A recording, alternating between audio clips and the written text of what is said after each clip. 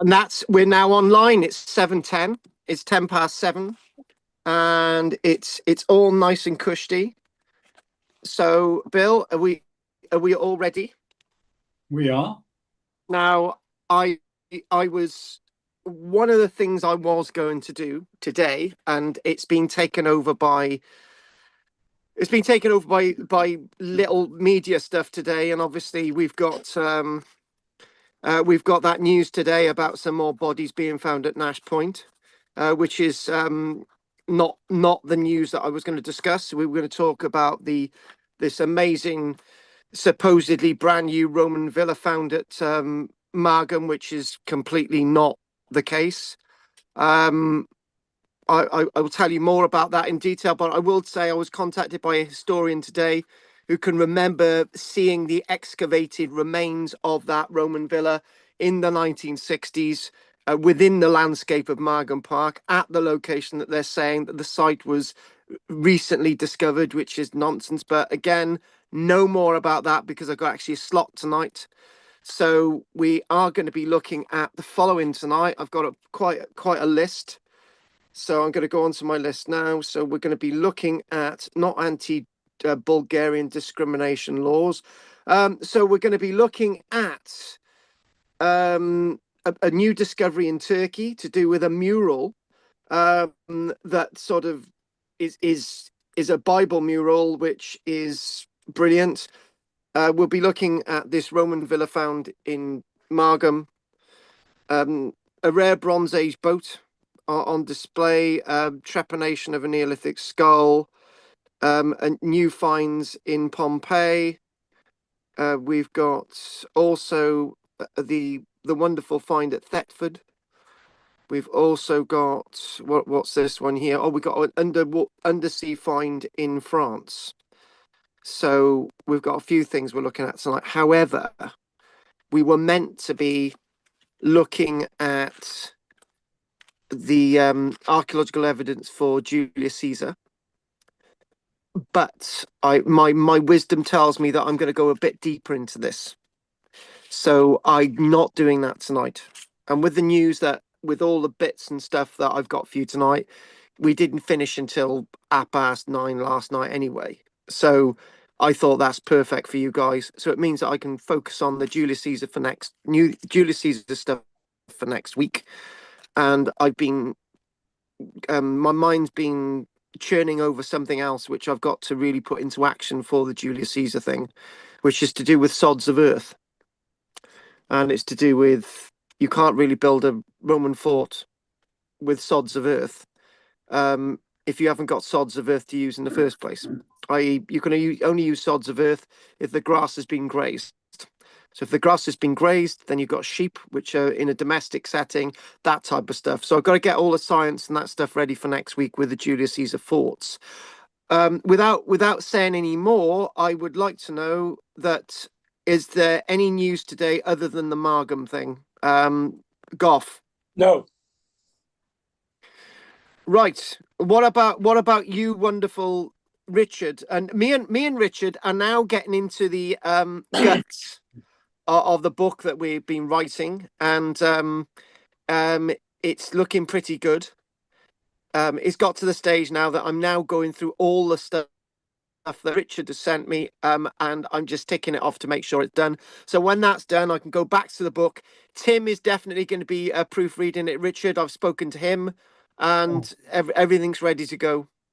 So it's looking good. So Richard, anything you want to say? And I'm going to let the cat out the bag. So no, nothing from me. right, okay then. Bill, what about you, babe? Nothing really, except at 9 o'clock, the lovely Alice is on, talking about the Carnix, which we discussed last week. That's the war horn. Oh, love it. So depending on when we finished, I'll catch up a little on that. So apart from that, Carl, no, I've just been looking at the images of the so-called villa this week. So we'll discuss that later, hopefully. Yeah, well, I'll just give a little bit of a clue. When we were when I was actually working in Margam, because I actually had a license to do the archaeological work in Margam in 1998. It was revoked. It was revoked for reasons which I will go into. But the weird thing is that the site that they're talking about was one of the sites that we were going to excavate, but at that stage we thought it was a small Roman marching camp, and we obviously they basically said you're not going to do the work, and but obviously more about that when we get to it. Right, so I think what we'll start off with something really light. And there's something for Bill as a reminder. Bill, I'm gonna give you a bit of trauma now. You talking about money. Oh right, yeah, Bill. You have no, yeah, Bill. You've got to send me some money. I put it in the post last Saturday, Carl, to your Barry address. Oh, hang on, Bill. Put it in the post last Saturday. Put it in the post on Saturday. That's fine. On Saturday. Yeah, last Saturday sounds like we sent it 2 weeks ago. Anyway, it's probably there for you now. Okay, Bill. You know we all love you, right? We know you. We appreciate your special needs, right? But that's not what I was talking about. Right. Sorry. Carry on then. Something for me. What else? There is something for you, Bill, right? It's a reminder of something that happened in the past. It's coming up now. Okay. Does that remind you of something, Bill? Oh, two lovely jugs. Yeah. Yeah. Yes, but unfortunately, I had been looking for an image to start a lecture that I was doing for Bill's History Society in my steg. In a church. In a church, right? Church. And guys, I put into the internet woman with big jugs, right? So I had all these women, right, with actual breasts, and I thought I obviously can't use them, right? And I found a woman holding two jugs. And it wasn't looking anything like this either. It was without a bra, right?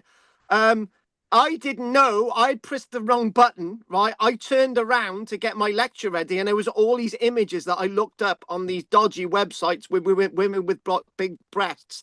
And unfortunately, everyone coming in the hall could see these images, and I turned my back, and I was never invited back, Bill, was I? No, the vicar wasn't very pleased about that. But yeah, he wasn't invited back after that, Carl. I was a regular at your society it, until that. It raised a smile or two, shall we say, amongst a few of us. It did, yeah. But I was never invited back. I've been banned from the. It's amazing to be banned from the Clinvy History Society for life. No, you haven't actually. Haven't I? You could be invited back. We have a new secretary now and a new treasurer. I did it as long as they don't know anything about the past, Bill. I'm happy. I don't think they would actually, the new ones, but you never know. It might happen. All right, good.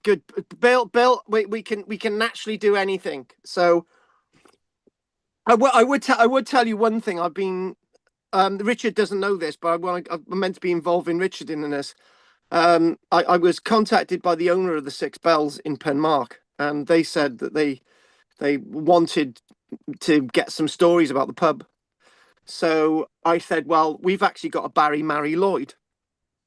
And they said, oh, that's great. So, for the Mary Lloyd tradition. So at the end of November this year, we're turning up with our Mary Lloyd at the pub in Penmark, right? So that's going to be good. But Richard, if you've got any spare time and you want to do any research on the Six Bells in Penmark, then let me know. Right, so I've been in there. Oh well, Richard. And by the way, Richard, right? If I can't make it to a meeting at the Six Bells at Penmark, right? We've been invited on a Monday or a Tuesday, right? With drinks provided to have a chat about the pub. Richard's directly into that straight away. So anyway, yeah. This is the article. I was really happy to do this last night because by the time I had got through to analyzing and calming down from this Margam discovery, right? I just thought, right, I need to do something light.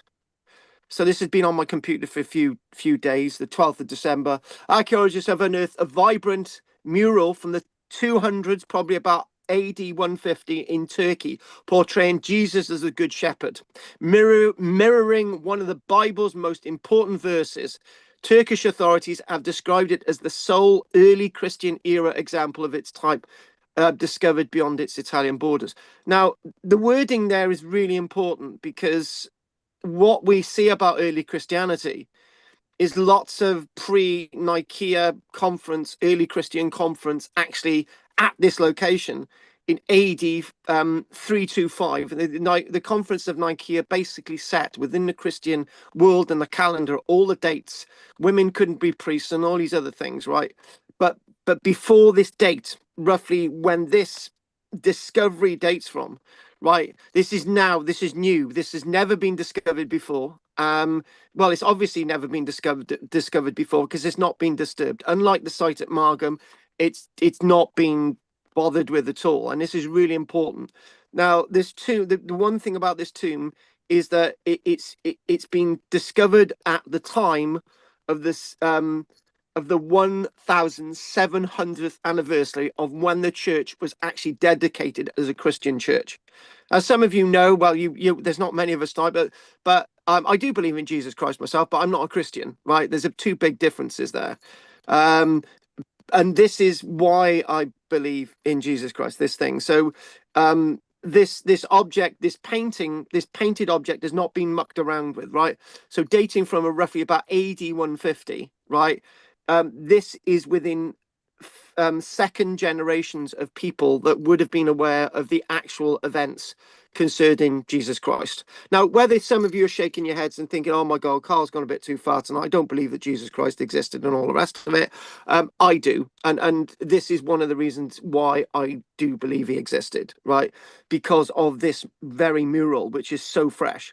So this has not been contaminated by any of the later Christian stuff, and the wording that it's got there in Italy, most of the early Christian stuff can be found in the catacombs, for example, under Rome itself, of early Christian places of worship. You've probably seen, and you've got female priests and all sorts of things, right? So this is a really nice find. It comes in directly with what we're talking about with the Romans. What I've done, I've actually gone a bit deeper with my research today. Instead of going with a typical, Guardian article that you might find or Telegraph, I thought I'd go with the Greek newspapers, Greek newspaper reporting on this, which is really nice. And what is really nice as well is a political statement that I'm going to make, which I'm not going to apologize for because it's the right thing to say. This discovery is made in an Islamic country where Christianity is treated with the reverence and respect that a civilized country should be treating somebody else's religion. And they're treating this as a really important find that is within the history of Turkey and not within the history of the religion that lots of Turkish people follow. So I thought that'd be the right thing to say. So Turkish archaeologists have uncovered this find, a rare, beautiful painted fresco. It's not as big as it looks, right? Four people can stand in front of that and that's it, but with their heads lowered a bit. It's not that big, it's not that wide.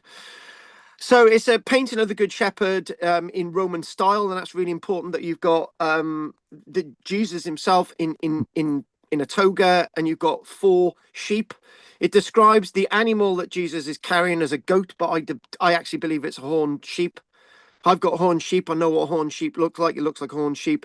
So depicting the Good Shepherd in a Roman style, marking one of the most significant discoveries from Christianity. Well, the idea of Jesus Christ, because Christianity was not in a sense a religion at this stage when this was actually painted. So we'll go back with the word in Anatolian early Christian period. The newly discovered fresco showing Jesus as the Good Shepherd in a youthful Roman style depiction. Now, again, something like this is really important. And yeah, me and Goff makes this joke on a regular basis as the most important discovery ever.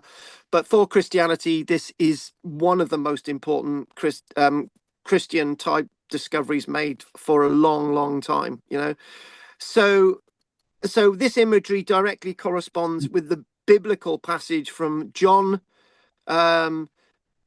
chapter 10, verse 11, where Jesus declares, I am the Good Shepherd. And again, this is in that ilk. So when you want to if you've got two schools of thought, Jesus didn't exist, Jesus did exist, right? So forget about the Christian thing. So from my point of view, this is evidence to say that people had a faith enough within about first, second generation, at least second generation, I say, second, third generation, of this figure that did occur to offer this parable of Jesus and the as a good shepherd. So archaeologists restoring a fresco inside a tomb near as Iznik, which is in the article it says it's Anatolia. It's not. It's actually more north western sort of Turkey. And I actually made a comment last night. This reminded me of an Etruscan tomb. And then one of my gang last night said, well, you know, if it was southern Turkey, maybe not, but as it's northern Turkey, and that's sort of closer to the idea of the Etruscan world, obviously Italy. I know we're talking about quite a few hundred miles away, but it looks very sort of Etruscan ilk, except the Etruscan world had been long since gone within Italy, which is hundreds of miles away, hundreds of years before. However, moving on from that point, so the painting found in August, so this is as new as it gets ever, and you've got human remains there as well. A number of sets of human remains have been found in this, and they've really done a great job at this. Near Iznik, this is where the conference of Nicaea took place in AD 325, and Pope Leo the IV is visiting this town in the next few months, I do believe. So obviously commemorating the sort of foundation of the Christian Church. And it's been invited by the Turkish authorities to go over as well. So it still looks fairly big, but however, when you chuck a couple of people in there, it's quite small. All right, so it's in a rock cut tomb. You're only going to get something like this in a rock cut tomb, because if it's going to be like a brick tomb or something like that, it will have long since the render and the whitewash and the fresco would have long since sort of crumbled and disintegrated. And I got to be honest with you, if you squint your eye, that sort of those slab stones would be any typical slab stone that you might find across any patio in any part of the world today. And again, appreciating something of this ilk is really, really rare, and obviously really, really important. And obviously within the context of the identity of people who see this within the culture of the Turkish people today. So the fresco portrays a youthful, clean-shaved Jesus. And we'll get to him. Hang on a minute. There he is. We'll go back to the other images in a short while. And basically, you've got the toga. It's saying a goat on his shoulders. That's definitely a sheep. A classical good shepherd. You know, I've done all sorts with sheep. You know, shearing them, carrying them, flinging them over my shoulder for film work. I know what sheep look like. That's definitely a sheep on the shoulders. So this symbol was prominent in early Christianity before the cross became dominant. So obviously, the Conference of Nicaea in 325 is going to be the foundation of sort of the Chiario and the Christian cross coming into it, but this is obviously before that. So examples like this are scarce within the Roman world context of Christianity, and this is considered the best preserved and possibly the only one with such pronounced Roman attributes within the region, and possibly one of the earliest at this stage. Carl, Go can I on quickly. ask Go a on. question? That this is obviously post Constantine. Roughly what? No, this is no. That's the point. It's not post Constantine. It's not. Constantine the Great is AD 337. That's the whole point, Bill. Right? This is around AD 150, AD 200. Oh no, that is interesting, isn't it? No, this is why I'm so excited, Bill. No. Yeah. Let's go with what wording I use. So basically, as we get into the fork of this, so if we're talking obviously the death of Jesus Christ, you know, AD 33 or AD 36. If this dates from about AD 150, you're talking within the second or third generation that people have actually produced this. So the person who produced this may have known somebody who actually knew Jesus Christ. So this gives it more credence of an actual figure in history rather than a fantasy in history. And the other point that I want to make, Bill, is this was created before the Conference of Nicaea in northwestern Turkey, which set the rules for the church. So this is before Constantine the Great as well. Good. Yep.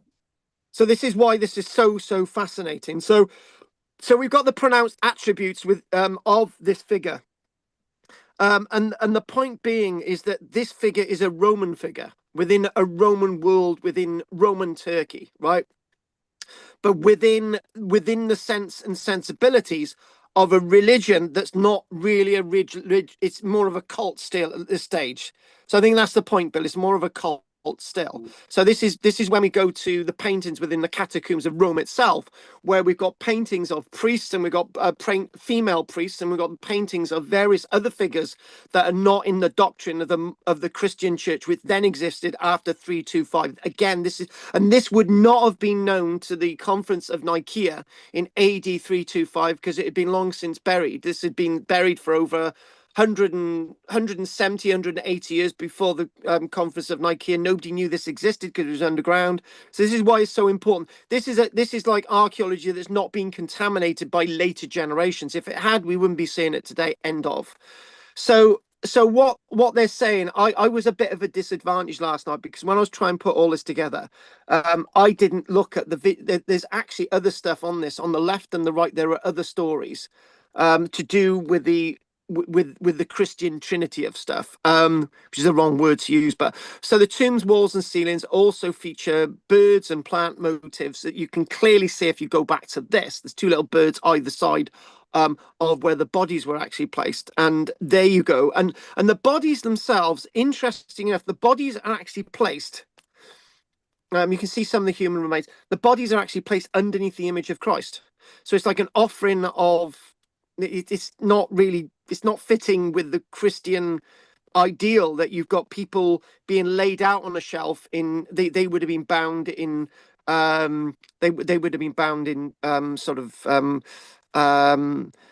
fabrics rather than in a lead coffin. It's not in a lead coffin. It's not a wooden coffin. These would have been bound in fabrics and then laid out on an altar in front of Christ, which is quite different from what you would associate with Christianity. I think that's the point. So again, this really important. This, and so the tomb ceilings featuring sort of various other noble figures and birds and flowers and attendants, banquet scenes reflecting a blend of early Christianity brackets and the sense of the pagan world. The reason why I make this as an association with sort of stone cut burials within the Etruscan context is it sort of shoots at that the Etruscans would do something like this, but the Etruscans would do something like this 1,000 years before. So again, it's sort of a remembrance of the world above as the world below, as we are in below memento mori, and we see then the figuration of Jesus himself. It's a translation. One archaeologist is saying, archaeologist known as Ertem, a transition from the late paganism to early Christianity, portraying the deceased journey to the afterlife positively. So what they've done here is they've excavated not one set of human remains, but they've excavated 5 individuals, including 2 young adults and a 6-month-old infant. And there's one point about this: this departs from the Roman world, right? Even though this is within the Roman world, and you can see some more of the figures and stuff around. Apparently, there's videos on this online which I haven't seen. The one thing, this departs from the Roman world in the sense that the bearing and understanding of a child, with a child being of any importance in a Roman context, would not be placed into this type of tomb for an everyday average Roman citizen, right? Or subject, more like. So in other words, this tradition of burial, not in sarcophagi, bound in materials, is a departure from Roman faith. This is within the new faith of Christianity, finding their own way in Christianity. Remember, Bill, this is within generations of the death of Jesus Christ. This is not hundreds and hundreds of years on. This is within generations. So trying to get a tradition of Christianity, that Christianity would be becoming AD 325, is being practiced and borne out in this. And it's a shame Christianity didn't remain like this and didn't become the warlike religion that it did become. and within due respect, you can say the same about Islam. There's the balance. So during Pope Leo IV's visit, Turkish President Erdogan has actually managed to get a reconstruction of this done. Since August, they've managed to sort of do a little sort of whole thing, which is placed on a tile fresco, and that's being presented to Pope Leo. So Anatolia holds a deep Christian roots. Saint Paul was born in Tarsus, Saint John in the southwest, in association with Ephesus, and tradition holds that the Virgin Mary lived her final days nearby. Tell you what, it'd be good to find for me, for completing the whole Christian story, finding something like this with an image of the Virgin Mary, and that would sort of complete whether you do believe in this or not. So I wanted to share that with you because it felt for me to be the right thing to be doing tonight. And now we can give you my bloody nose, right? And the bloody nose, moving on, we'll just move away from these images a minute. So we've got these nice little birds. And again, the laurels there on the left and the right. And again, loads of stuff like this on the internet. Right, back to this. Now, I was aware of this not yesterday, but the day before, and it was like Michelle said, "Have you heard about this villa at Margam?" And I said, yeah. And then yesterday morning, I had a message with somebody that had been on my excavation and had basically said, "Well, look at this, it's in the news now." And I actually got rather annoyed because this person I had not been in touch with for you're talking about decades, right? And it started getting me thinking, it started getting me riled. And what got me riled is that I'll tell you the story that is based on a historian that actually I work with. He contacted me today. We may have mentioned his name, Richard. He contacted me today and he said he was actually involved with work involving this villa in the 1960s when they basically having children there, and basically this was in the 1960s, and they were aware of this. Now, in 1997, I was invited by a warden, a guy who I've got no love for, a guy by the name of Steve George, who lives in Landsworth Major still. He said to me, he said, "Oh, come on, Carl." He put me on the back of his it was a 4x4, or was it Land Rover, whatever it was, and we drove up to the location of where this villa is. And he said, "Oh, look at this." And we had an idea that it was like it was described, we thought it was a marching camp, to be honest with you, because when you look at the images there, it clearly looks like these are defensive works, but the defensive works are earlier than the villa, and this building down here. And this building is actually built in over the ditches, right? And what I'm going to do in a minute, Bill, I'm going to let you take over because I feel that you want to say something that's probably, but we won't do that in a minute, Bill. Just let me finish this first bit. So I was getting more and more riled yesterday, and when it came to presenting this, obviously, it heated over. I did a video on this today, sat in my woodland here in West Wales, and I explained everything. And in 1997, we were also told that metal detector enthusiasts had extensively looted this site, right? And obviously in 1997, metal detector enthusiasts knew fully well where this site was. So there's a lot of damage being caused to it. And there's obviously excavation work gone on here, I think in the 1960s or whatever that relates to.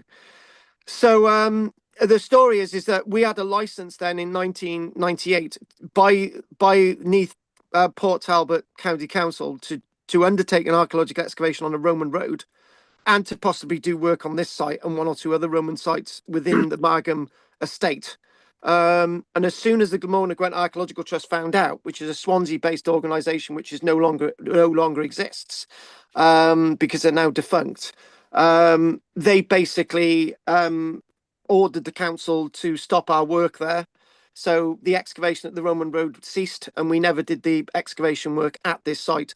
And it's really I got to be honest with you. I'll say it as it is. It made me so ill that I was probably ill for years because of this, because it really smashed my reputation, and now somebody else has got all the glory. So that's the way it works. Right. So, Bill, this will calm me down. Go on, go for it.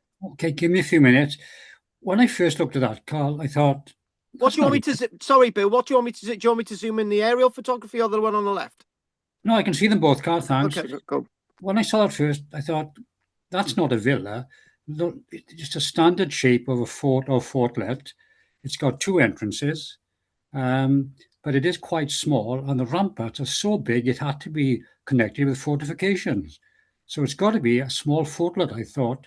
But why would they put it there when Nidham was just down the road? So then I looked inside and said, yes, that's corridors and rooms of a standard Roman villa. So I came to the same conclusion as you, actually. It was a fort, but later it was converted to a villa because it's in a very lush place, isn't it? Wherever it is. Because I looked at a couple of pictures that the BBC had put on, and they showed the geovis being taken next to the chapter house, and that's 200 yards away from where I think this is, and that's the grassy area in front of the house itself. That's the obvious place for it. So I'm not clear where this is, but I guess it's in the latter place. Um, the other thing, I think the press have been misleading again in They have. comparing it with Pompey. And further, um, they put an image of a reconstructed villa, very posh, from somewhere in England, which had nothing to do like that. It couldn't possibly be like that, you know. So they're at it again, and they, the media, getting their facts wrong. But it's fascinating all the same. I can't wait for excavation to start now in a proper way, if it ever will. Um, Because obviously, Cardo going to have put their own to this one, and they been big time, I would have thought. well, basically, because the extensive, it's not where you've described, Bill. It's somewhere else, and it's obviously they've done that to sort of what they've done. They've had they've had children excavating there with schools, not at this site to do with the work at Margam. So the location is not exactly where you mentioned, and I can't say anything because Okay, but it is within the park. it's within that landscape. Yeah. Okay, so it's got to be a flattish area, so it's got to be further west. That's where I read it. It's within that landscape. Yeah, yeah. Oh, However, I will have a chat about this now based on the BBC stuff. But the one thing that I would say is that we are now aware of advanced plans to have massive wind turbines within the landscape, and for them releasing this now, I've been told is deliberate. ca- ca- Uh, can I stop you there? yeah, You referred to a massive wind turbine farm. That's the one on Margam Mountain, which has been with the Welsh Assembly for the last 2 years. You know now that's been cancelled. It's been refused. Planning but has been refused. You know that, don't you? yeah, but there are other plans. Not for the mountain. Not for, exactly. Hmm, You've just hit the hammer on the nail. yeah. Well, the plans announced today of massive offshore wind farms in North Wales and West Wales. So whether you're referring to that, I don't No, know. no, no, I'm not. I'm referring specifically to this Okay. landscape. Obviously, obviously, this is part of the advanced research work for any advanced developments for any developments within that landscape, and Yeah. it is quite. The irony of this is it's coming out now, Yeah. and and why it's being released now. And then the thing in the press report about this, it clearly said they don't want to know, they won't don't want to give out the exact location because they don't want metal detecting enthusiasts all over it. But the metal detecting fraternity knows exactly where this site was because they knew where it was when I was there in 1997. Yeah. So they should put some sort of security on it now, shouldn't they? There's security there. They should now. And they're probably doing it. They're probably releasing this now because it's probably going to have a scheduled ancient monument order slapped on it, Yeah. which would mean that it would have the protection, but it's a bit late. So Yeah. Yeah. anyway, with all that said, Fascinating. with all this said, it is absolutely fascinating. With all this said, if we go with the aerial photography on the right, you can date this because what you've got. Yeah, Bill was correct. It's likely that these that these rectangular earthworks around, they're describing them as a number of earthworks. Each of these sort of outlines here indicate a ditch, and there are a number of them. There are at least 3 or 4 sets of them, and that would indicate a defensive work. Now, when I was looking at this, if you look at the the high resolution on the left, the 3D resolution on the left, this would indicate that there was Iron Age stuff on the site, which was then interrupted by the outline of these earthworks. Now, any marching camp or anything like this would have had timber buildings within for a short period of time, right? And then what you've got is this structure here, which is not as advanced as they're saying in the news. This is a courtyarded like building. They're saying that it might have extending wings on the left, on the right. I'm really not seeing much evidence of that. And then what you've got is another stage where you've got this building here in the corner, on the bottom corner, which is similar dimensions, probably a bit bigger than the one at Clan Mice at Caer Mead in Lantwit Major. That would be referred to as an aisled hall. But there's one quite stipulation that these banks and ditches go around all this. This aisled hall is directly on those banks and ditches. So there's at least 4 phases of the Iron Age stuff. These earthworks around to whether this is a marching camp or a small fortlet for a very short time.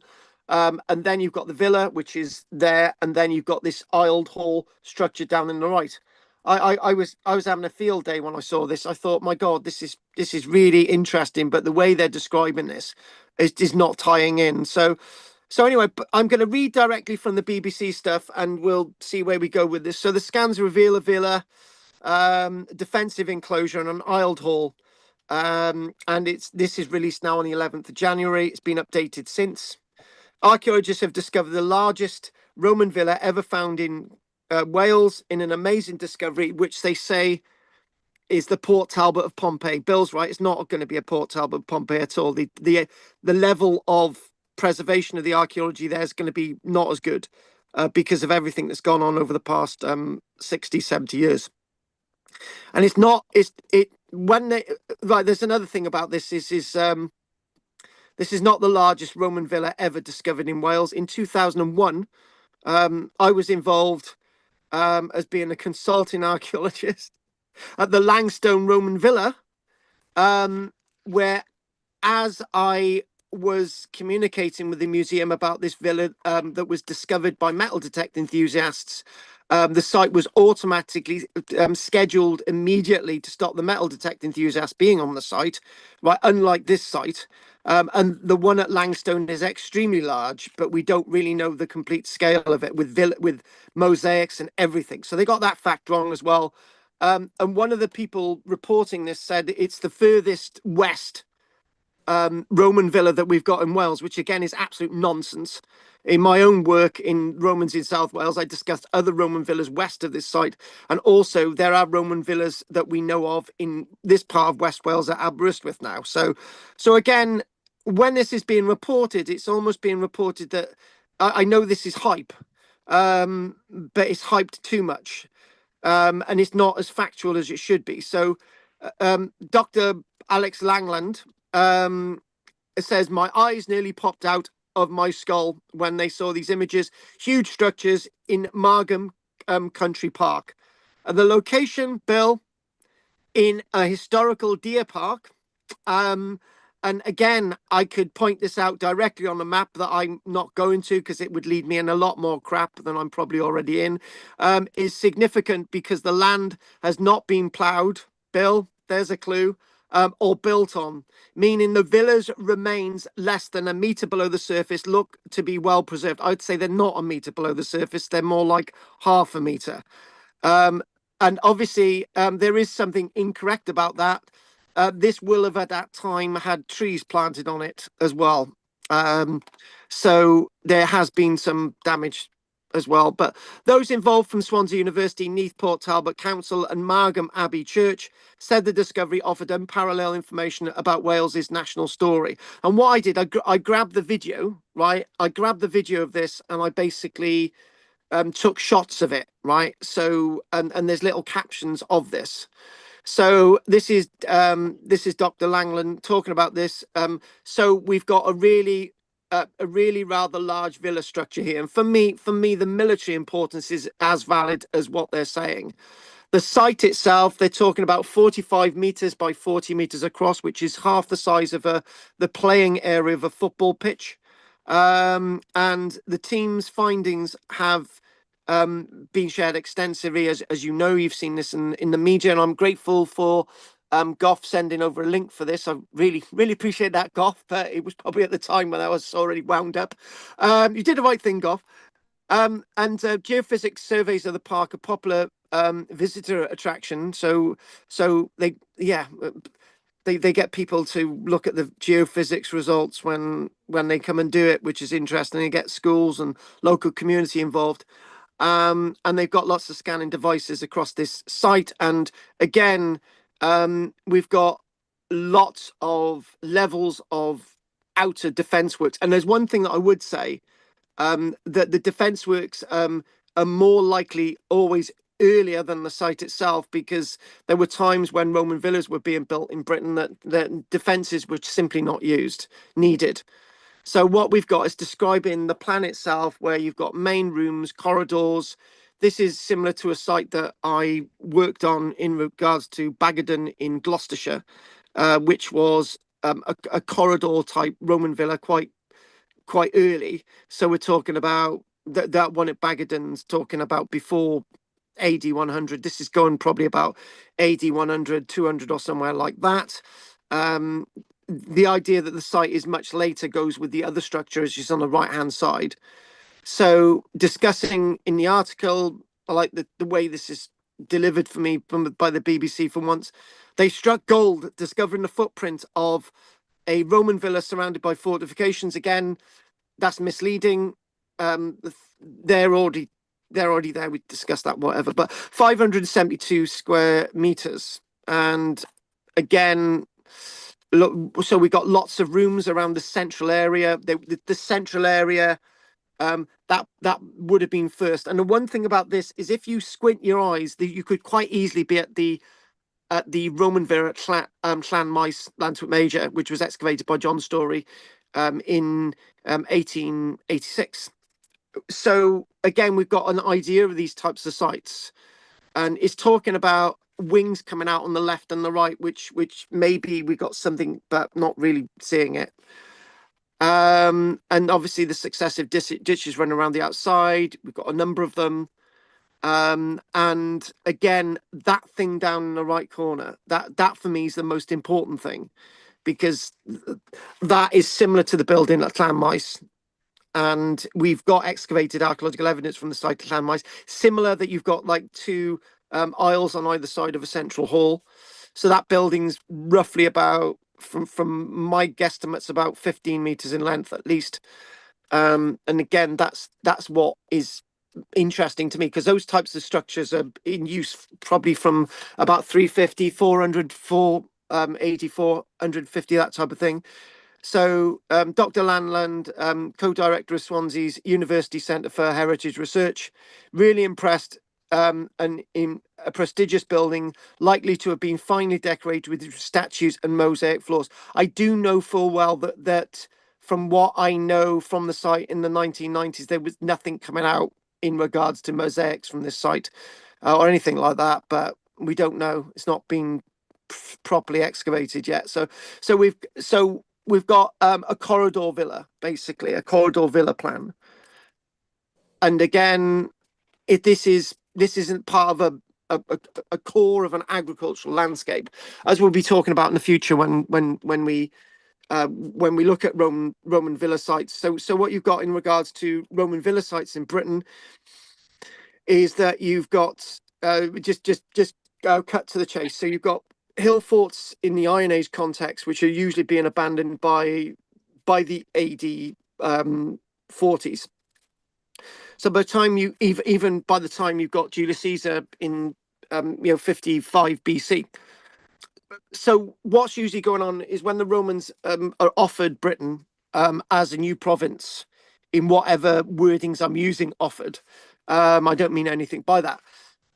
They see a structure that already exists. So you've got a center where materials brought to in remaining parts where the hill fort system still in use. So the goods are brought to the hill fort area, and farmsteads radiate out from that. And this is what we do. This is what we see the Romans doing. They basically keep the farmsteads. They find a central villa. All the goods go to the central villa. That's where the lord of the manor, the old chieftain for the area, used to live, and that's where they remain living. But they start building things in the Roman way, and all the goods from farmsteads are brought to sites like these. So this is why they're prestigious, and this is the things that the Romans tax. So again, the dimensions of this site, again, this whole area of archaeology. And almost certainly you've got a major local dignitary making themselves at home. So again, the wording's correct there when he's talking about almost certainly you've got a major local dignitary making themselves at home. So he's speaking the same language as me, which is great. So so he hasn't mentioned the Iron Age aspect with this. So usually what we understand with the Roman Mancio villa stroke farmstead at Witten Rossa, which was supposedly destroyed when they demolished it as part of the roadworks on the A4772, the 5 Mile Lane in Bury, in 2017, 2018. That was a site that originally started off as an Iron Age site. Just what I'm proposing with this. You can't have a local dignitary just coming from nowhere and just living here. They're obviously already there. It's just that they've now become Romanized. So this would have been quite a busy place and the center of a big agricultural estate, and lots of people coming and going. There's one thing that I would say, right? This would have been a very, very, very, very muddy place, right? I'm in West Wales now, and whether I'm here all the time or not, it's not the odds. We got sheep wandering around, and we've got animals wandering around, and mind my French, there's shit everywhere, right? And this is a small thing, right? And this would have been the same, and it's likely that when people start to realize that you know these are not great places to be, right? This is why the villas are usually abandoned, and this is why we've got the aisled halls. Just the goods are taken to the aisled hall, like what we'd call a tithe ban in later generations in the medieval period. So this is what we're talking about. God, I'm giving you a lot of content today, flipping heck. So as a standalone structure, it is the largest villa yet to have been discovered in Wales, which is absolute nonsense. Most of the known remains in Wales from military camps and forts agreed, while grandiose estates like this are less commonly found. Well, we can mention Ely for a start. We can mention Lantwick Major for a start. We can mention a villa at Porthcawl for a start. We can mention quite a few of them, and Langston as well. So the discovery would force experts to rewrite the way we think about South Wales in a Roman British period.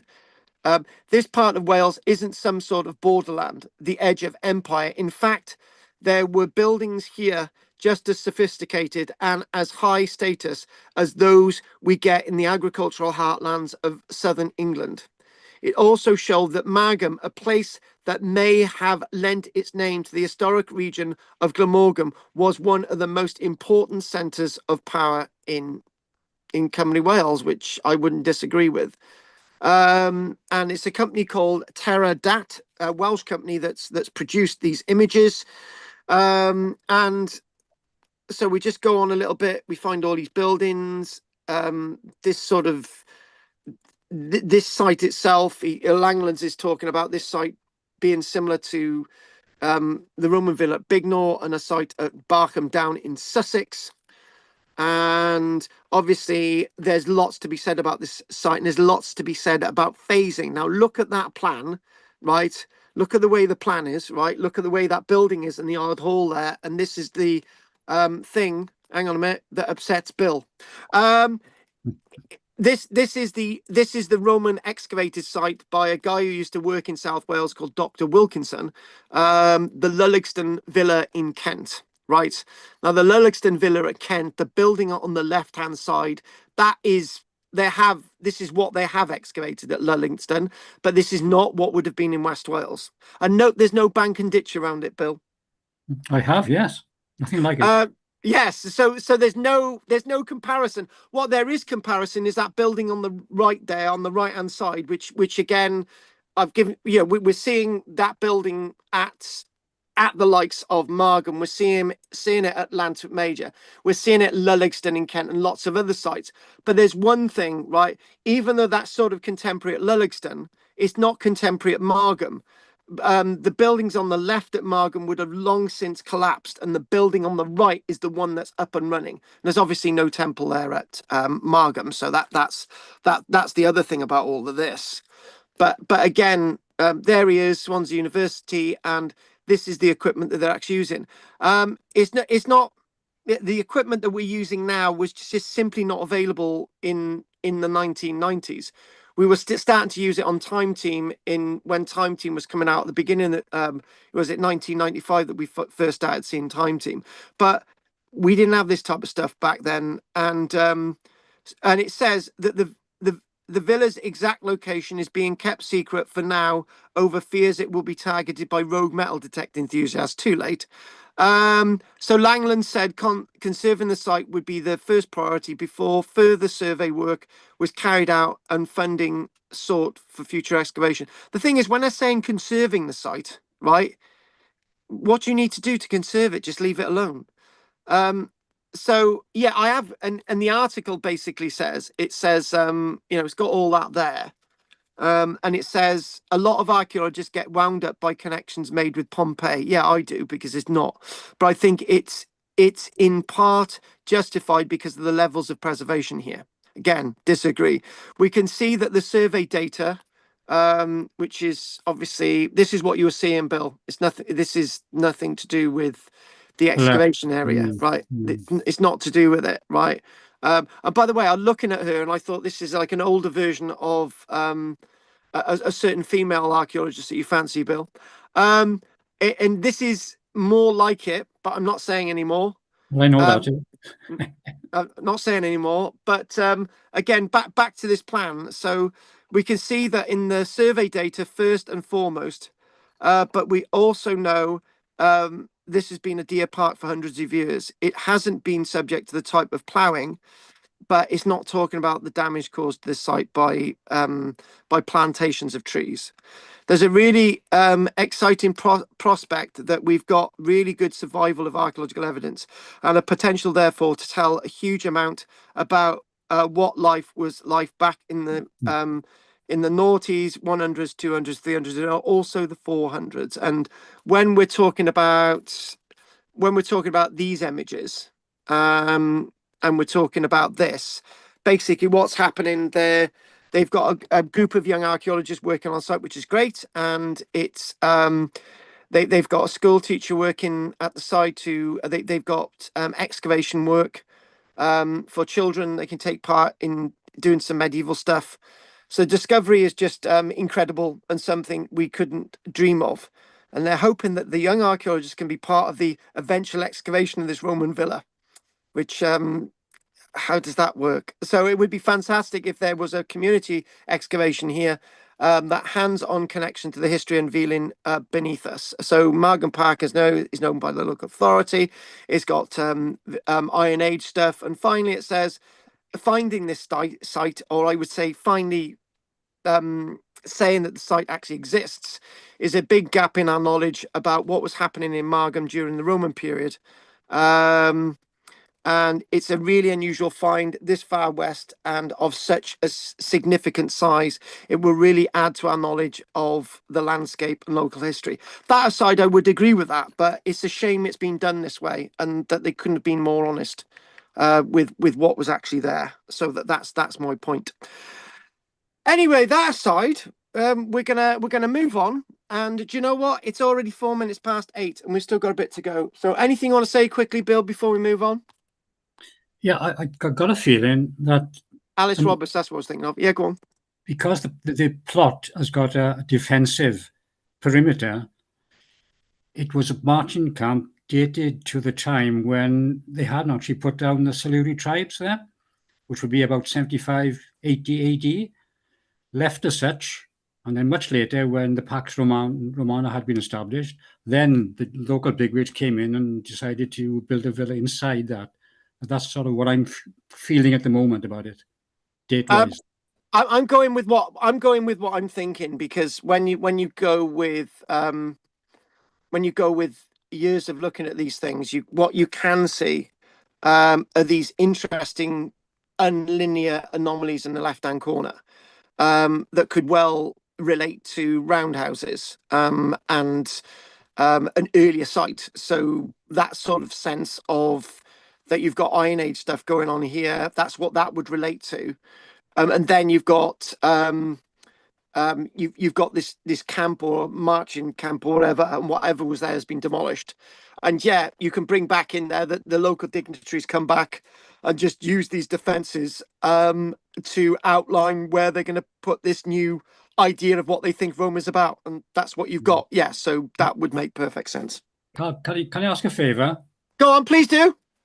Would you mind if I took a photograph of that, of the rock cut tomb, if you can go back to that? Oh yeah, yeah. You want to take a photograph on the screen now, do you? No, of the rock cut tomb. This one. That one, yeah. Without the ladies in there?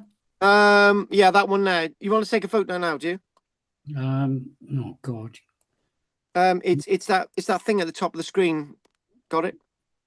No, the trouble is I can't take a picture. Oh, bloody. Hang What? on, let me swear a bit. I've got to sort of go out and come in again. There's something wrong with my bloody camera on this phone. Bill, do you want me to just send this image to you? Hang on, I think I'm okay now, Carl. Yeah, I think I'm okay. Got it? Yeah, got it. Thank you. Move on. My God, I didn't. Bill, you are so advanced with this technology. When we started this. Hey, look at that. It's called a mobile phone, Carl. Can you see it? Oh right, yeah. Oh right, you just did that. Right, okay, Yeah, Bill. That's just. I'm getting better. Hang on a minute. I thought what you were doing. You're on your laptop and you press the cursor of the screen, bang, and you got it. Right. All right then, Bill. Right, fair enough. Far too complicated for me, that, Carl. Thank you. Well, Richard's been doing it for ages. Oh, he's cleverer than me, much cleverer. Mind you, Rich has never sent me an image of a woman with big jugs. And I have. Okay. Move on. Right. Bill, what happens between me and you and what we send between each other, I think we should keep away from the boys, Bill. All right? Indeed, yeah. Okay. Yeah. Right. Golf is already planning. Right, let's go. Yeah. Right. So rare Bronze Age log boats displayed for first time. I thought this was a really nice one. This was a lighter thing from what we've just done, which was great. And for this has been something I've had on the database for a couple of months, and I thought I just wanted to put this in when when I need to lighten the load of what we've just done. And basically we've got these log boats that have now been placed on display. They've been preserved, and there's a fund for these things, which is absolutely great. And these are at the museum associated with Flag Fen and the Must Farm excavation, and what these are to do with a rare Bronze Age and Iron Age log boat unearthed from a settlement, Bill, dubbed as Britain's Pompeii at Must Farm. How many Pompeis are in Britain? Do you know what I mean? A boat. Well, no. The boat's not dubbed as Pompeii. It's the Must Farm excavations where everything was that found. one, yes. Yeah, I feel that a few times. Yeah. Well, actually, Bill, do you want me to? You know, when they're talking about the Pompeii's equivalent to Britain's equivalent to Pompeii, when they excavated the Roman bathhouse in Durham with walls that were standing 2 meters tall, that was a valuable candidate with frescoes and stuff still on the walls. Outside Durham. So yeah, that's a good candidate. And I made one of those videos in my series on YouTube, which I'm doing my sort of daily series again. Anyway, that's something else. So what we've got lots of these boats being discovered with the Flag Fen excavations in the 80s, but these particular ones have been found in 2012. and some of them in the 2015 excavations. And what they've got on display is three of the 9 excavated boats that they've got in the stores there, and some of these date beyond 3,000 years ago. So nowhere in the world is there another collection of so many man-made log boats. And they belong to us, the people of the Fens, the people of Peterborough. Oh my God, that's an election speech. So there's a mural of visitors as they go into the building, and there's the Must Farm building. But that boat is incredibly small considering the lengths of these things. So that one of these boats they've excavated was 6.3 meters long, all carved out of one single piece of oak. Right. Other ones they've got 2.2 meters long and other little fragments of Bronze Age stuff. And interesting enough, what they've got is some of these have been stitched. Obviously, that's a single log, but some of them have been a panel stitched together. So sort of like panel boat type thing. But these are all long bits of oak. And somebody asked me last night. They basically said, where does this timber come from that they used as log boats at Must Farm and Flag Fen? And I basically said, well, you're not going to get this type of timber growing at the likes of Flag Fen and Must Farm. So the timber itself, people are probably coming in from 5-10 miles away in these log boats, and eventually they find better days and they sink. So interesting enough, if you're bringing a log boat in from somewhere else, right? How do you get back?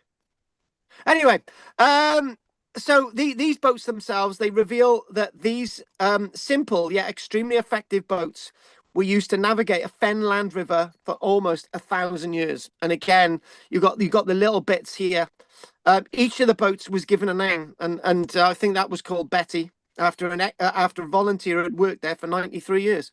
Long time. Oh no, she couldn't have worked there 93 years if they were only finding these in the 80s. Oh no, she was 93 when she died. So these vessels themselves date from as far back as 3,500 years ago, and demonstrate carpentry and construction techniques. Obviously, some of these things stitched together, obviously carving out of wood. Obviously, some of the techniques we're finding is that you'd bark them, and then you would then build a fire in the center of them, right? And you scrape that out, build another fire, scrape that out, build another fire. And as you're doing that, it's proofing it down. But then again, you could just hack these out. Anyway, there's different techniques of doing these things. That did one technique I've just demonstrated where you'd haul them out by building by burning them as you go through, charring it as you go through. That's a technique from somewhere else, but they probably just hack these out, because basically what you've got lots of chisel marks on the outside. So there we go. Bronze axe marks on the outside. Obviously, no iron axe marks, Bill. As you know, pyramids, they use no iron. Nobody knows what we're on about to build, do they? Anyway, the preservation was made possibly by funding. And actually, interesting enough, to preserve all 9 boats, right? Amazingly enough, it only cost around £120,000 to do them over a 10-year period, which doesn't sound like a lot of money to me, but they've preserved them all now, particularly this one. Polyethylene glycol is a solution that'd be soaked in a water solution of polyethylene glycol. So what would happen is it's known as peg wax. So gradually all the impurities would come out of the wood, right? And then it would be filled with polyethylene glycol. Once they are structurally sound, we take them out of the water and dry them intensely. We clean all the wax off and then join any bits together that of all sort of like these ones. That's in the polyethylene glycol over 10 years. And basically, some people have spent years and years just preserving these individual boats, sort of just to sort of get the dirt off and sort of preserving them. These represent an extraordinary window into our prehistoric past.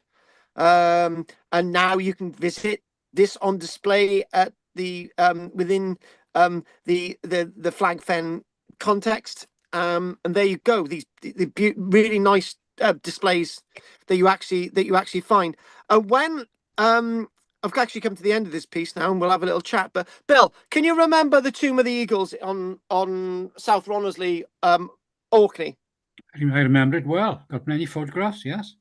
We went there twice, didn't we? Anyway, and I remember the first time that Pat came out with a massive bag of goodies. Yeah, but that's something else.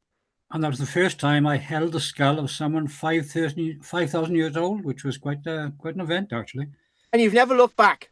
Well, what happened, Bill, is that if you can remember, the lady that ran the museum, her dad had died the year before or something, and I do. yeah, so that was pretty sad. But you know, she was hoping to keep it going. Well, she kept it going, but in the pandemic, Bill, they had to close it, and she decided to retire.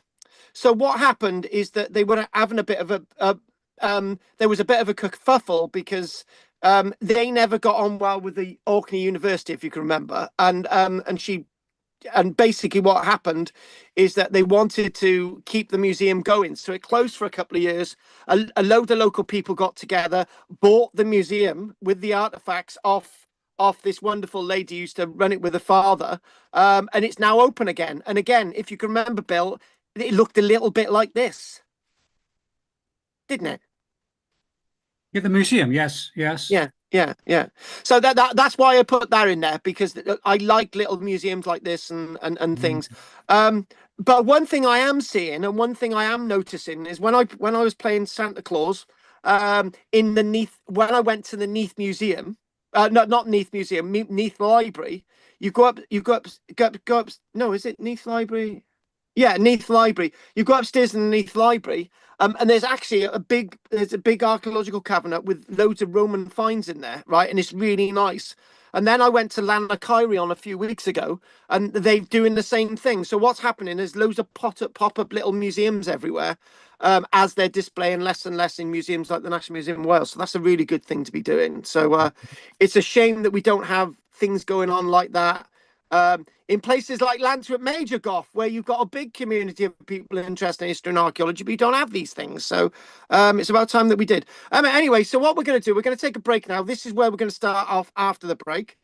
And I didn't really make much sense of this, and I probably won't tonight. So I'm just going to try and stop the sharing. Sharing is caring, Bill. It's It all is. boys together tonight, Bill. It's all Yeah. good. So Henry's still away. Henry told me, Henry vowed for me not to tell you where he was in Malta. So you don't know where he's not in Malta. Um, I can tell you where he's been. Malta, yeah.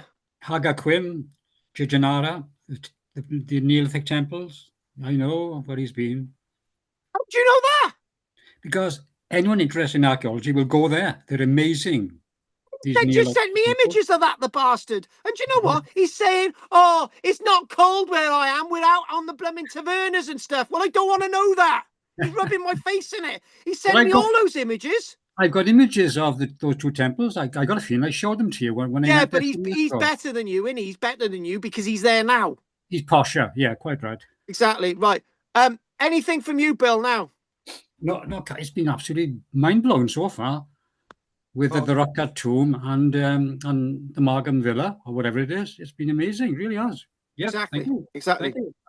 Exactly. One woman moaned like buggery last night. She said, "There's too much to take in." It's not my fault, is it? You pay for this. Right, Gough. Yeah, it's great. With regard to the Margam thing, I think the press and everyone else wants to big it all up, don't they? And hoping they'll get more money, sort of sponsorship and interest in it, and so they've got to do that. So I understand where they're coming from, but it's a bit rich, really. From your point of view, it's not very nice. My sympathies. I gotta be honest with you. I said earlier on, I actually had it was going so well, and suddenly I had this letter, and I had a miniature breakdown. It just knocked me out for a long time. So I really felt it. Anyway, thank you very much for that. Off, I really did. So okay, anything from you, Richard? No, very good. Right. Okay, so I'm thinking, right, if you guys want to finish at 9, and maybe we'll have 10 minutes questions. If we have a 10-minute break, right, and then we don't have to 10-minute break, so I can have a cup of tea and we'll be back in 10 minutes, all right? Okay. Right. Go for it. Oh.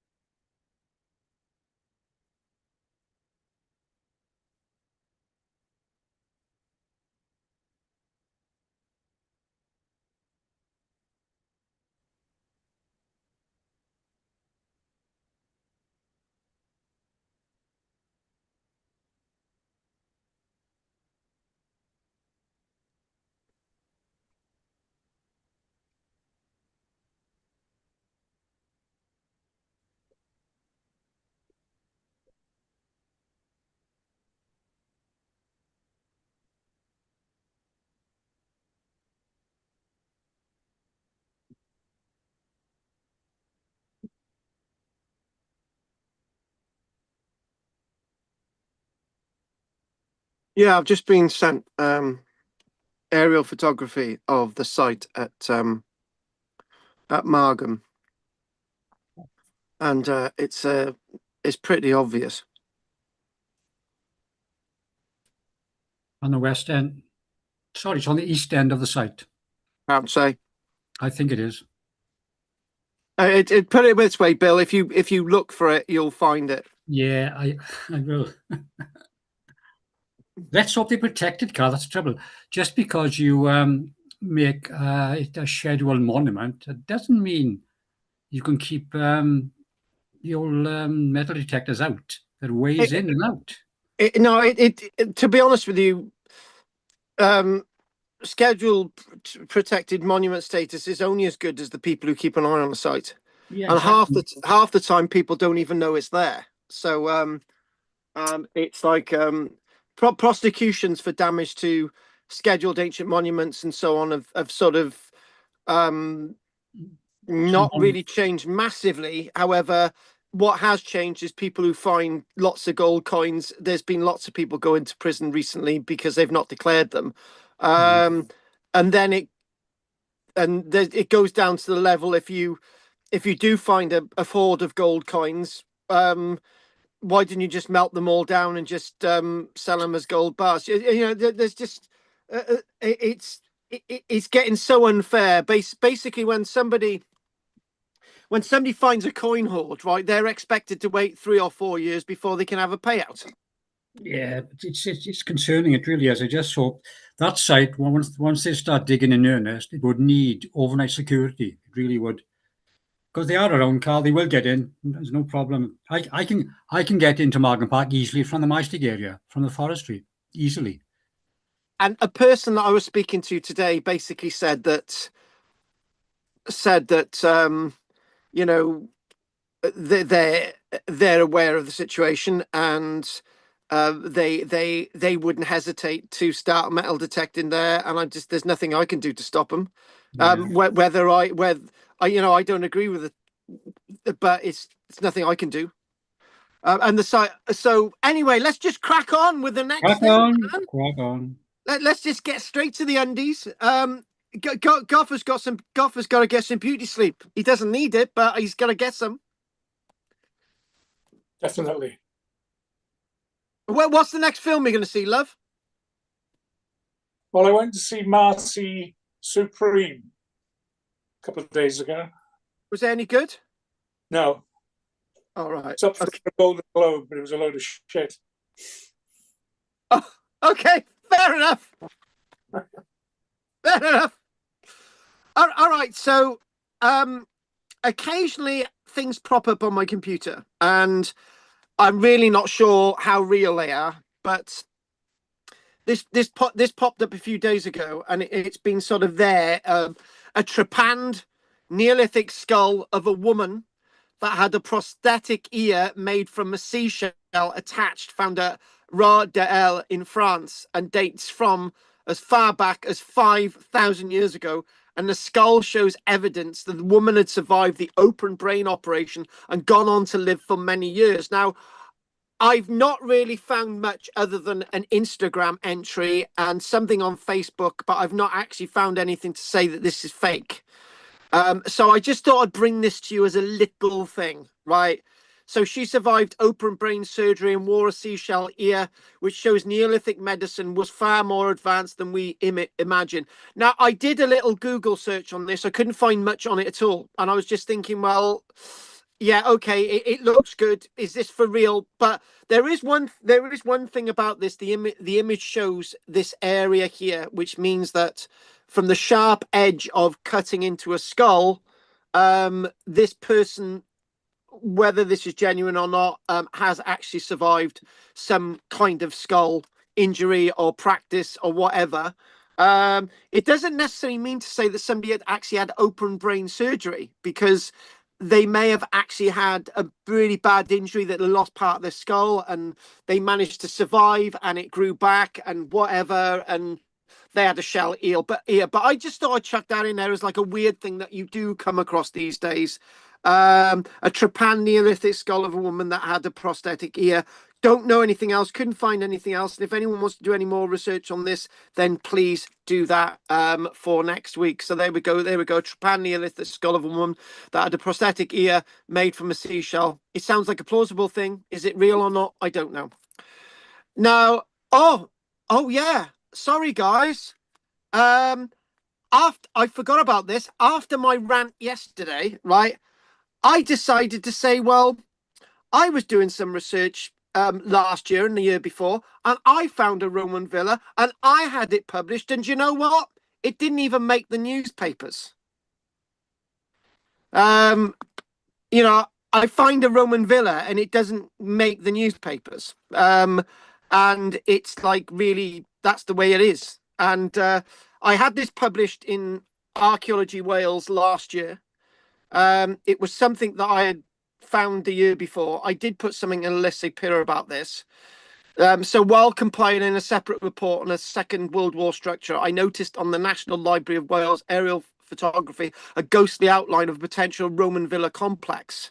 And when I sent this to be filed with Archaeology Wales, which it was published, it went to Covline, a Royal Commission on Ancient Historical Monuments in Wales, and they had their expert on it, and they basically said, I don't think it is a villa, but for me, it looks very similar to the one that we've just seen at Margam in a way.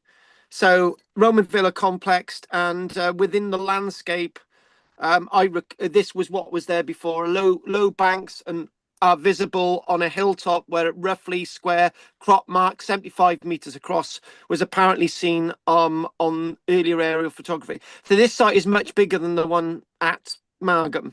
So the farmer at Swanbridge stated that during the Second World War, banks and ditches were constructed as obstacles to enemy gliders. More recently, hedges have been removed, leaving low banks. There is also a history of lead mining hereabouts, which probably contributes to the uneven nature of its surface. And so basically, I got published all of this, and it's on the public record, so nobody can take this away from me. So, so the one thing as well is, this image is not clear, but if you look there, you can just see an outline of a structure, right? And if you can't see it, I can see it, right? So there we go. We've got a smaller building at the back and this big building at the front. So when I drew this up, it didn't look as good, but you can clearly see that there's two rectilinear structures there. And this is bigger than the one at Margam. But obviously, I'm not Swansea University. So, so we go on there and we basically see a little bit more clearly there, a bit more higher resolution. And then I basically went, I actually printed this off, and I actually went over it with a membrane over the top of it, and it didn't come out brilliantly. And I basically said that it was then necessary to mark up an aerial photograph, and that took me into the direction of the image that follows. So there we go. It looks really odd. So a substantial ground plan was revealed at the proposed Roman villa site at Hopkins Mount. The dotted lines indicate darker crop marks, which would indicate ditches or depressions, and the rectilinear alignments do not indicate a prehistoric complex. The proposed Roman villa complex could be similar to an aisled site, which is an aisled Roman villa, which is like a main room there, in Spatchholt in England, and another place called Beedlam. And then basically what there is that over on the left there, that is actually mining. That is actually lead mining evidence. There's a ditch in the ground where they would have followed a lod, which is like a geological term for a seam. And then you've got like a boundary along here. In here was like the Second World War building that I recorded. And then that's basically that. So I thought I'd bring you that. That was my stab back. And the aim of this exercise was to put the aerial view evidence on the public record. So again, if we go with what we're seeing there, that is definitely something. And I'd learned, Bill, right, because back in about 2013, no, back in about 2014, somebody said, look at this aerial photography evidence. And I thought, oh wow. So we went out to this field near near Cosmeston.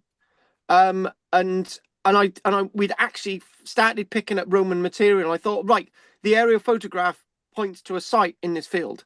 So anyway, I just sat on it. I didn't say anything about it. And then a year later, somebody found this bloody Roman farmstead, didn't they? Because they didn't say anything. So anything I see now, I report straight away. I don't mess around. I've learned, guys. It's taken me a while.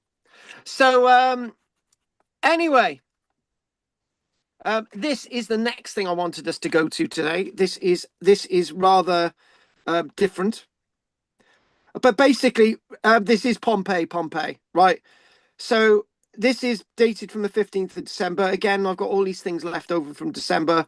So archaeologists found a forgotten staircase that leads to lost Pompeii, right?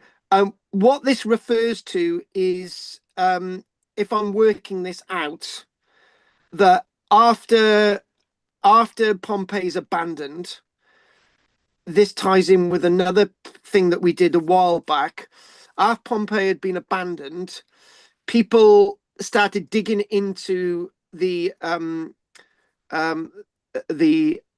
pumice and the ash, and they started building underground buildings within the buildings that were once plush buildings within the landscape of Pompeii. So what they've got one area that they've excavated, and experts have long wondered where the staircase once led to. And what we're talking about, we're starting to understand that after, people had abandoned these types of lavish structures were being built as a second phase within the ash of Pompeii itself. We mentioned this a while ago, the lost Pompeii.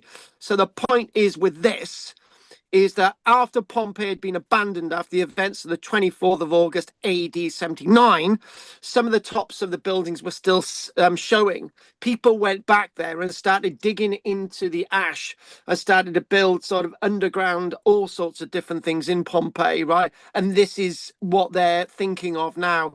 Unfortunately, lots of the stuff that we know of Pompeii from basically from the 1750s, 1740s, when the kings and queens of Naples had found Pompeii and Herculaneum and Oplontis and Stabae, they started just digging everything out. So any evidence of the stuff built after Pompeii had collapsed has just been destroyed. But we're now starting to get evidence of some of these things within the third of the unexcavated part of Pompeii. We're starting to see all this. So this is some of the stuff that we're actually doing.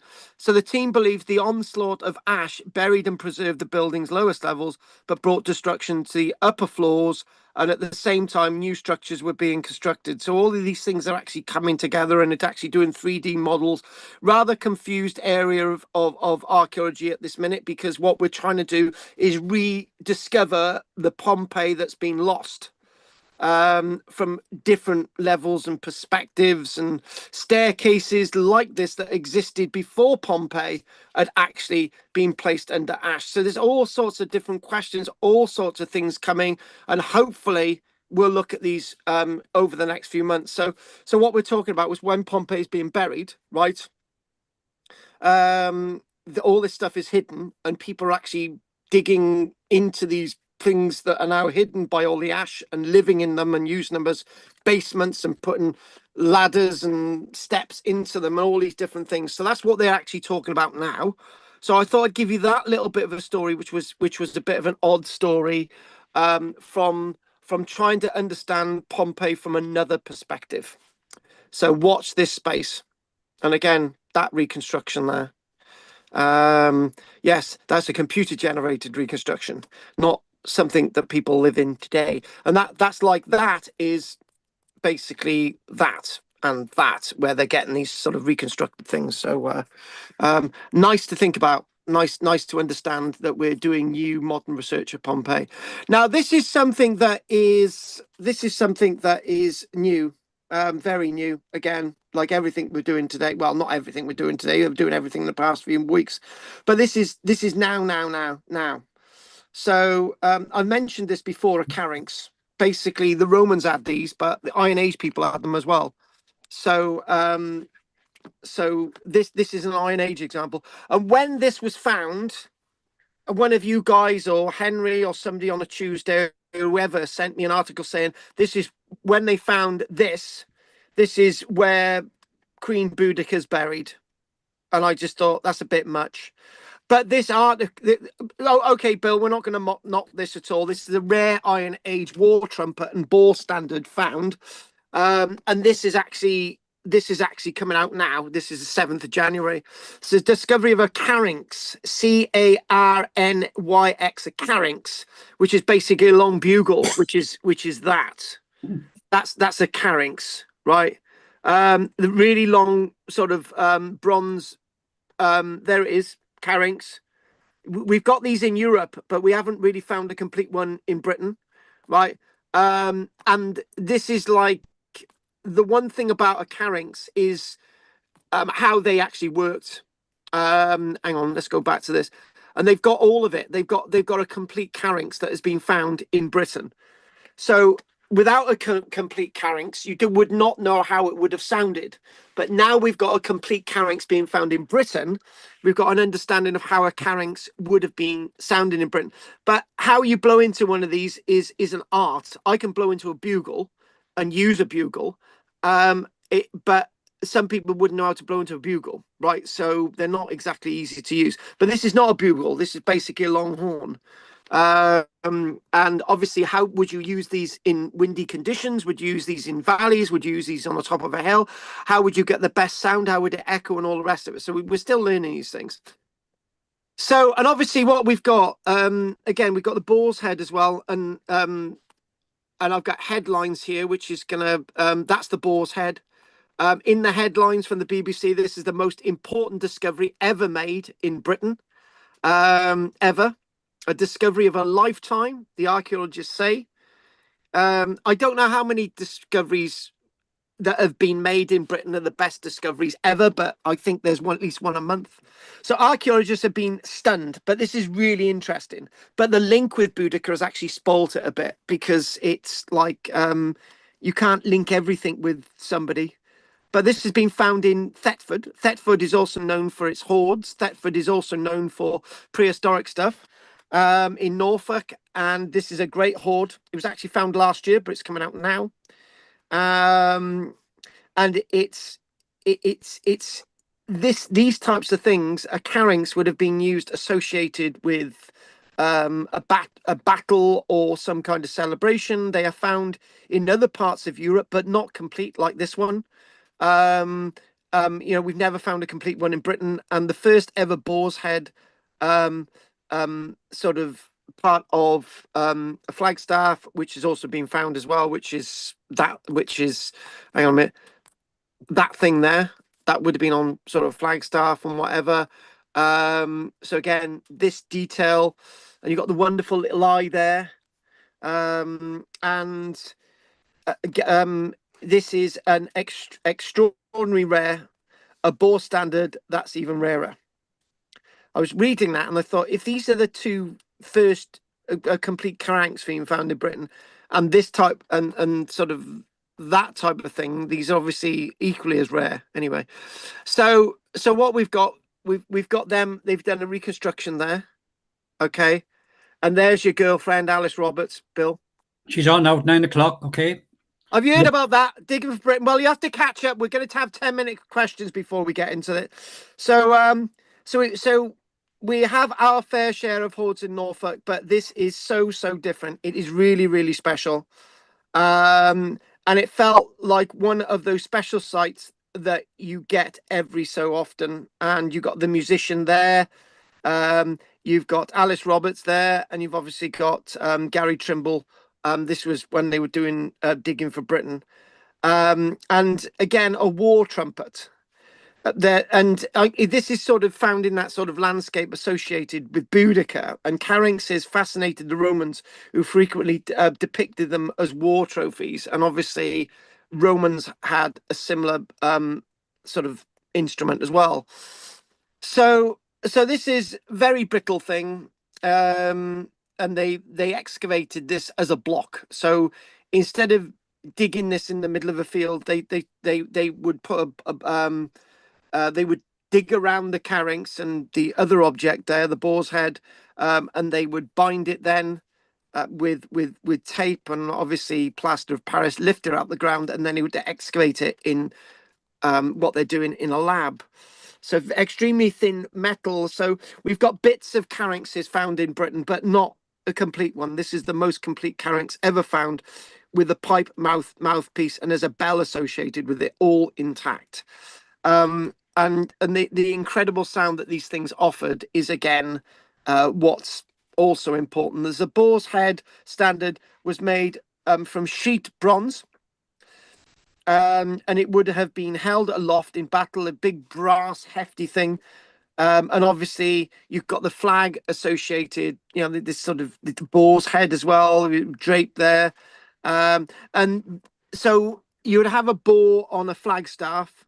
And boars were seen as being fierce animals to face in the hunt. So the symbol of the boar out in a battle is a symbol of strength, a very appropriate adversary in battle. And this all dates from somewhere around the birth of Christ, actually. And what they've got as well is they've got they've got 3 shield bosses, five shield bosses there. We're not going to associate this with Boudica or anything like that, but what we are going to associate this with a group of people who are quite proud of these objects, that they actually buried them rather than melting them down. This is interesting. This is an interesting note on something that we've already mentioned, that the find was reported to the coroner, and an inquest will be held to determine if it's treasure. Well, it will be classed as treasure because the Treasure Trove Act has actually changed recently. So everything that's got a specific meaning and importance, whether it's pottery, bronze, gold, or silver, right, this will be declared treasure trove, and it will be given a set value. So this find is a powerful reminder of Norfolk's Iron Age past, and I do believe it probably belongs to the Norfolk Museum anyway, but they've still got to put a value on it.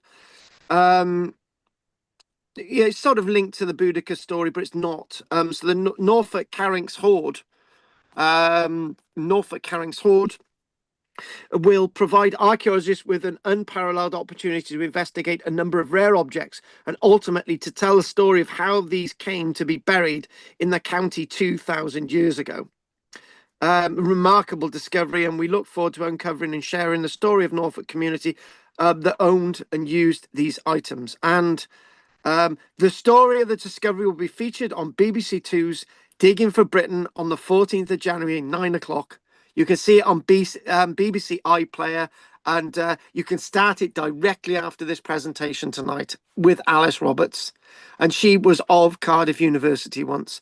And interesting enough, do you know another person who also taught at Cardiff University?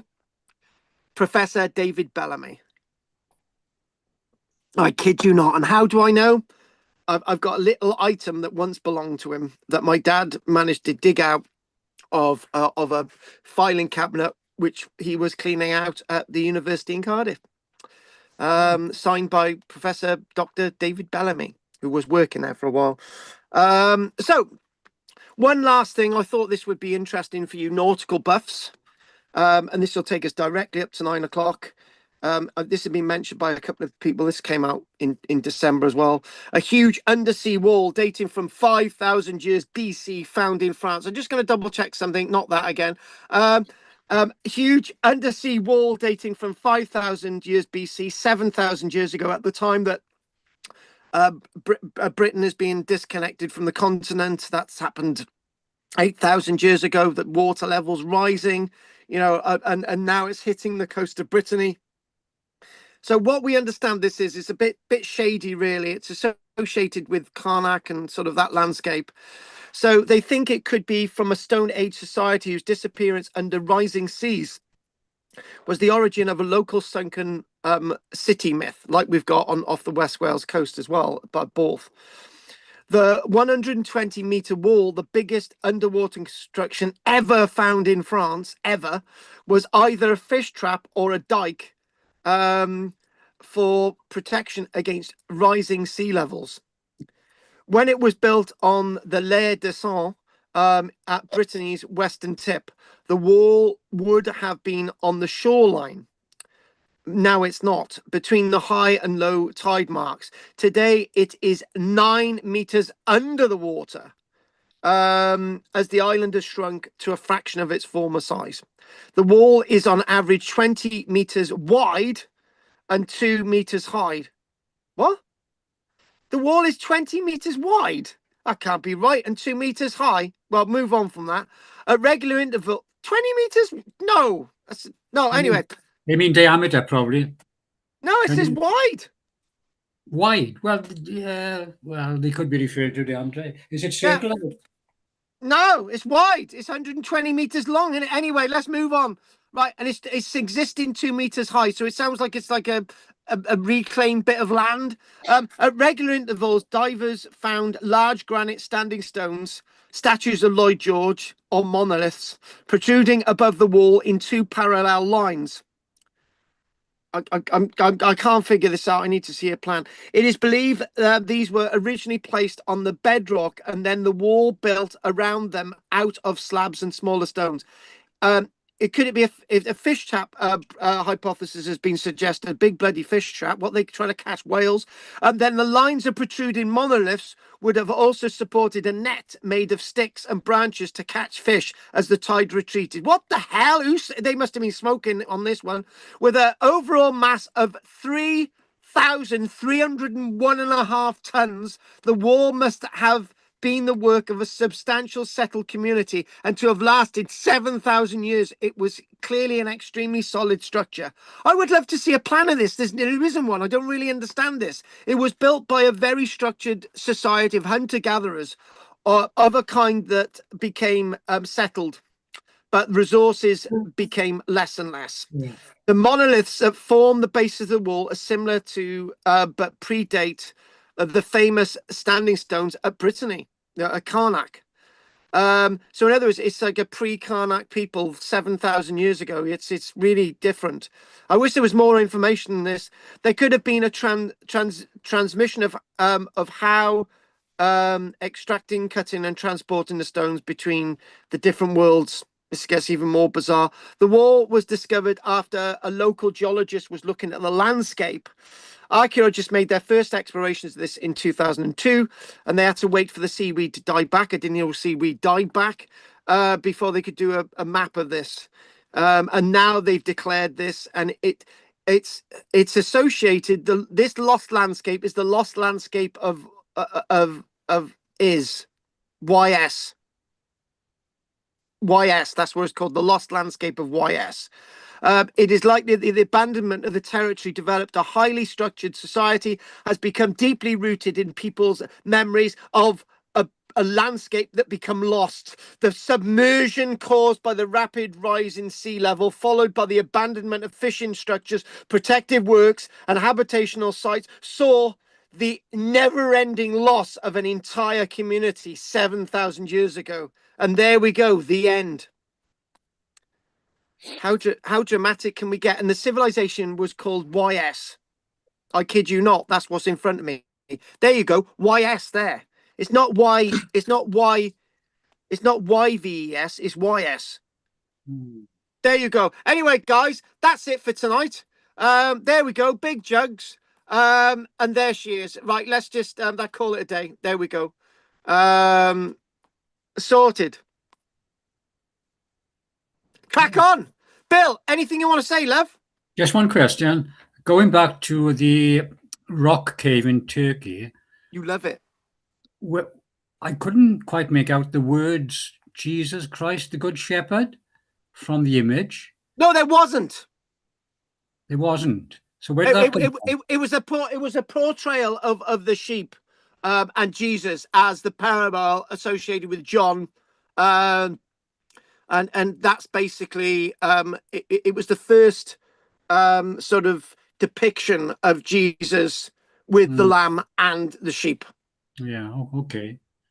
So we surmise that that's who it was from that. Yeah. Well, It's interesting that I guess now I thought 337 is a cutoff point in which Constantine said, "Now we are Christians," but obviously he'd been building up that for centuries before. so That's what he argued. yeah, so basically the level is this. So what we can talk about the Jesus stuff, and we then could talk about the stories, you know, so to do with John and Peter and Paul and all the rest of it. So that's all the other stuff which is in retrospect of Jesus' life itself. But when you look at the stories associated with Jesus before the conference of Nicaea in 325 AD, which is within that area as well, it's quite ironic. It's found. And this is part of the overall story to do with the foundation of the Christian religion rather than the foundation of the Christian myth, which is not what I would say. Yeah. So no, nothing else, Carl. It's been a fascinating 2 hours. It really has, with those two major items in particular. Thank you very much. yeah, no, it's my absolute pleasure. My absolute pleasure. So so next week we're going to you two guys now. So next week I'm going to probably spend a big chunk of Monday structuring something that is very different from what we've done for a while. So I need to really tease a few gutsy things out and see if it goes together. So anyway, thank you for that, Bill. Goff, anything you want to tell me, babe? Well, I haven't really got any questions of what you've told us, but I must say I quite like the format now with the touching on different subjects. And, relatively early finish shoots me down to the ground. So thank you. And you could spend an evening with Alice Roberts that you don't want to. Oh, you find no, something. I was watching Thomas now. Not tonight, no. Oh, okay. Thank you very much. I really appreciate those kind words, Goff. Always do, and I'm glad you're still with us. Yes, and anything from you, Richard Babes, because after this, you know what I'll be doing, Richard. I'll be going back through more of your stuff. Do you know, Richard, right? You're a pain in the ass, right? I've got so much stuff to go through to double check from you, right? And you're ruining my life. I'm going to check these things. Yeah, all right then, love. Forest Road didn't exist. They never built it. Yeah, all right. You Yeah. got that, did you? I sent you. Did you? When did you send that? Yesterday. All right. Did you? Yeah. What, via email? Yeah, I sent you an email. Yeah, but prove that Forest Road didn't exist. It's like saying that the Easter Bunny does exist or it didn't exist. Prove it didn't exist. There you go. Thank you very much. Oh, it did exist. I got a picture of it. But you said it didn't exist. No, it did exist. Oh, for it's to run right round Nell's Point. I know it exists. Oh, for God's sake, just get over it. I'll work it out. Oh, you've actually written. Right. The other guys don't know what's going on. You've actually written it in the text, yeah? Yeah, I wrote it in. I think you said do it in red, but it came out in green for some reason. Yeah, well, get over it, mate. I put it in red and it went green. So. You see, get over it. I don't think the other two care. Yeah. Like they don't really care. Look, it's like you and I in a bloody sweet shop, and the other two just want to leave. You know what I mean? Right. So anyway, very interesting tonight. Our pleasure. It's good to have a bit of a varied look at stuff, you know. Good. Before everybody goes, do you want to go? Mind you, do you want to go on a piss up in the Penmark Six Bells sometime, Richard? Yeah, I could pop down. We'll invite Goff and Bill along just for a laugh. No, it's a good pub, that. Yeah, well, all right then. We'll organise something then. Hey, Goff. Why don't we in advance organise a Christmas bash like we used to in Lanswick Major? Okay. Oh no, they were terrible. Oh God. Who are you doing the write up for down there? Kyle, the new manager in the pub. Oh yeah. Oh God. Right. Anyone else want to say anything else before we finish? No, good Yes. night. No. Yeah, Carl. Yeah, hang on. Listen to Bill a minute quickly. Go on, Bill. Last thing, you're getting like Anne. Go on. The information you provided about the Bristol riots in 1831, Yeah. I did that on behalf of one of my Rambler friends, Nina. Yeah. So she says love and kisses and thank you very much. That's the Well, message. if she's available one night, I might meet up with her. There we are then. All done. All done. And Goff's next. Right, okay Yeah. then. All right then. And then you, Richard. Right. All right then. Anyway, night, Bill. Night, Goff you. and Richard. Bye-bye. I'll see you Bye-bye next then. Wednesday. Thank you Bye-bye. guys for all your Bye. support. See you soon. Bye-bye. Bye. Night, guys. Night. Thank you, Nina. We love you, Nina. Every day, you know, Nina. Nina's a nice name. It's like named after Nina. Yeah, we love Nina. Anyway, night, guys. He's still there. I know they're still there. Both of them. They haven't left. Oh God, it's yeah. I tell you what, if I smoke weed, I'd be on it now. Yeah, hey, can you imagine if somebody was smoking weed in that room that we had in bloody Langford Major? We'd have all been on it. That's one. No. Night. Night, Bill. Are you still there, Bill? Flippin' heck. The wonderful time that we had. Didn't we have a lovely time when we went to Balls Up?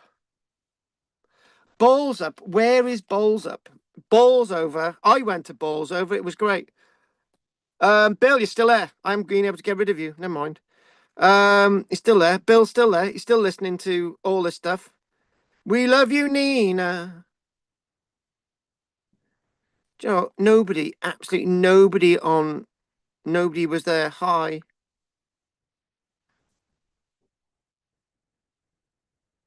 Is it raining? I don't know. I don't know.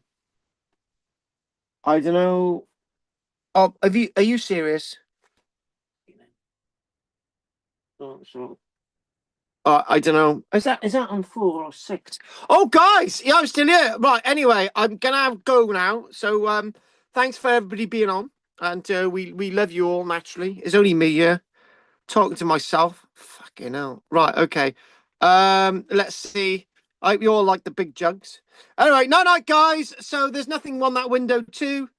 Nothing on 2, nothing on 3, nothing on 4, nothing on 5, nothing on 6, nothing on 7, nothing on 7, nothing on that window 7, 7, 7, 7, 7, and nothing on that window, that one, 8, 9, 10.